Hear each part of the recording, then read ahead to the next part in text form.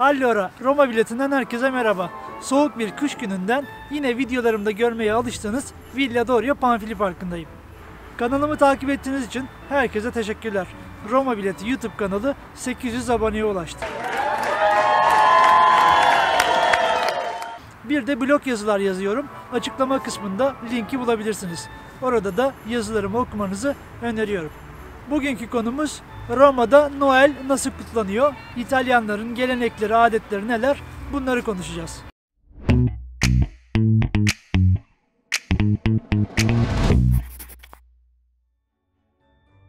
Şimdi şuradan başlamak istiyorum. Yıl sonu yaklaştıkça tartışma konusu haline gelen Noel nedir? Onunla ilgili size bir açıklama yapayım. Noel 24 Aralık'ı 25 Aralık'a bağlayan gecede İsa'nın doğumunun kutlandığı aslında bir dini bayram. Hristiyanlık dininin Katolik mezhebi özellikle 24'ünü 25'ine bağlayan gecede İsa'nın doğduğuna inanıyor. Yani Noel dediğimiz şey aslında bir yeni yıl kutlaması değil. Bir de yine Noel'in en önemli sembollerinden bir tanesi Noel Baba. Noel Baba aslında Antalya Demreli. Daha doğrusu Demre'de bir kilisede çalışmış. Aslında Patara doğumlu. 4. yüzyılda yaşamış olan bir din adamı, bir aziz.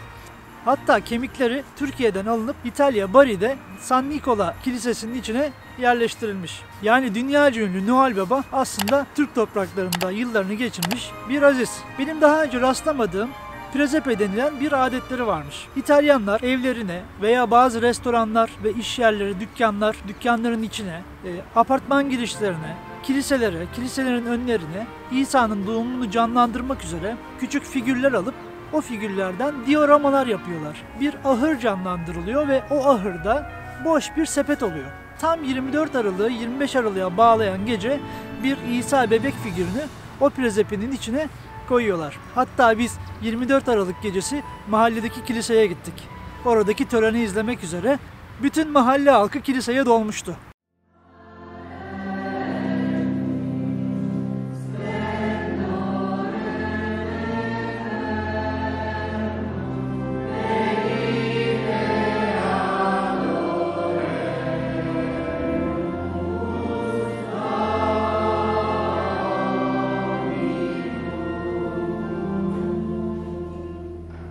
Orada da yine gece saat tam 12'de İsa figürü oradaki presepenin içine yerleştirildi. Ayrıca tören sonunda yine bir hoşuma giden şey daha vardı. İnsanlar tanıdık tanımadık herkes birbirlerine el sıkışıp pace diyorlardı. Pace İtalyanca barış anlamına geliyor. Gayet güzel, yine bayramların insanları bir araya getirdiği güzel bir görüntüydü. Kalabriya'da yaşayan Elif arkadaşımdan presepeye İsa figürünün konması ile ilgili ilginç bir bilgi edindim. Amalfi kıyılarında Praiano köyünde köyün meydanına kurulan presepeye köydeki en küçük bebek 24 Aralık gecesi konuyor ve İsa'nın doğumu canlandırılıyormuş. Peki Noel'de İtalyanlar ne yiyor? Ben 24 Aralık günü markete gidip bir takım görüntüler de aldım. İtalyanlar bir kere marketleri hınca hınç doldurmuştu. Herkes balık reyonunun önündeydi. İtalyanlar Arife günü deniz ürünleri tüketiyor.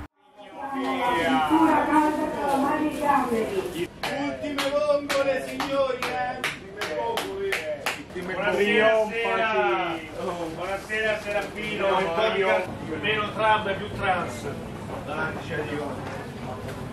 25 Aralık günü de kırmızı et yiyorlar.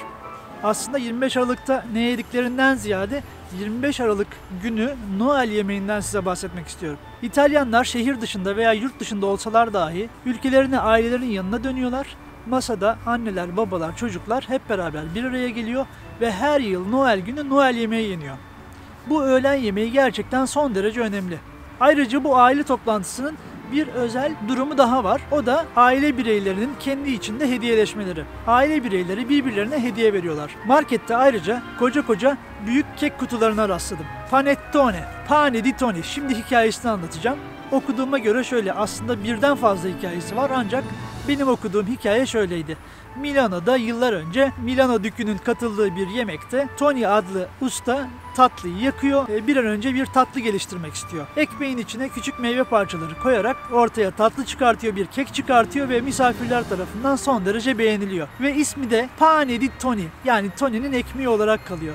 Panettone de 25 Aralık'ta Noel yemeğinden sonra aile bireyleri tarafından yenilerek bugün de yine kutlanmış oluyor. Bu arada bu panettone'lerden bir tane aldım, eve götürdüm.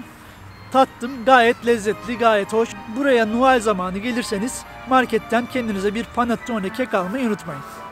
Noel ile ilgili bir başka detay da, örneğin İtalya'da çalışan birisisiniz ve iş arkadaşlarınızla bir Noel yemeği yemek istiyorsunuz.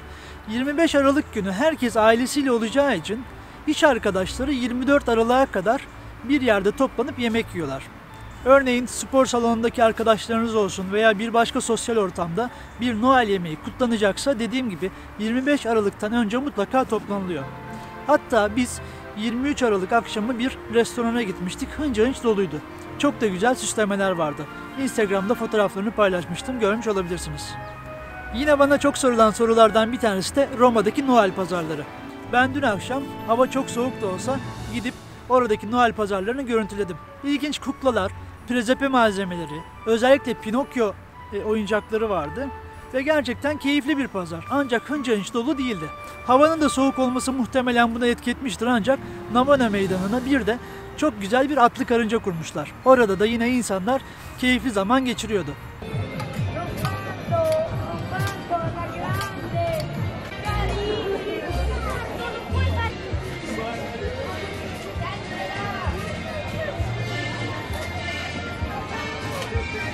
Ekranda görmüş olduğunuz kuklalar 5 ila 15 euro arasında değişiyor. Guarda,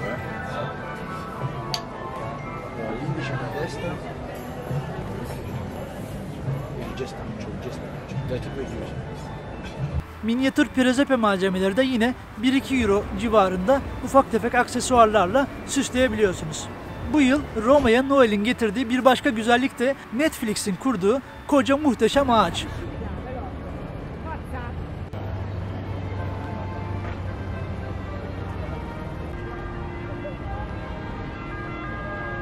Aynı zamanda altına da küçük bir ev kurmuşlar, post ofis yapmışlar ve oradan ailenize kart atabiliyorsunuz. Netflix ayrıca oraya bir stand da kurmuş. İki karakterin arasına girip insanlar fotoğraf çektiriyorlar. Oradaki görevli sizin fotoğraflarınızı çekerek size mail atıyor. Allora, guardate qui. Ok, perfetto, da questo lado. Dediğim gibi dün akşam hava soğuk olsa da gidip orada görüntüler topladım. Özellikle Almanya'da yaygın olan bir adet de 1 Aralık'tan 24 Aralık'a kadar çocukların her gün bir çikolata yemeleri. Çocuklara her gün bir tane çikolata verilerek Noel'in gelişinin hazırlanması, kutlanması ve çocukta belki o heyecanı yaşatılması amaçlı olabilir. Noel ile ilgili edindiğim bilgiler bunlar. Siz de Noel ile ilgili düşüncelerinizi lütfen YouTube kanalımda bu videonun altına yorum kısmına yazın. Özellikle Trastevere Noel zamanı çok güzel oluyor. Şuradan Trastevere ile ilgili çektiğim videoyu izleyebilirsiniz. Kanalıma henüz abone değilseniz lütfen abone olun. Videoyu da beğendiyseniz beğen tuşuna basmayı unutmayın. Bir sonraki videoda görüşürüz. Hoşça kalın. Şimdiden size iyi seneler diliyorum. Kendinize iyi bakın.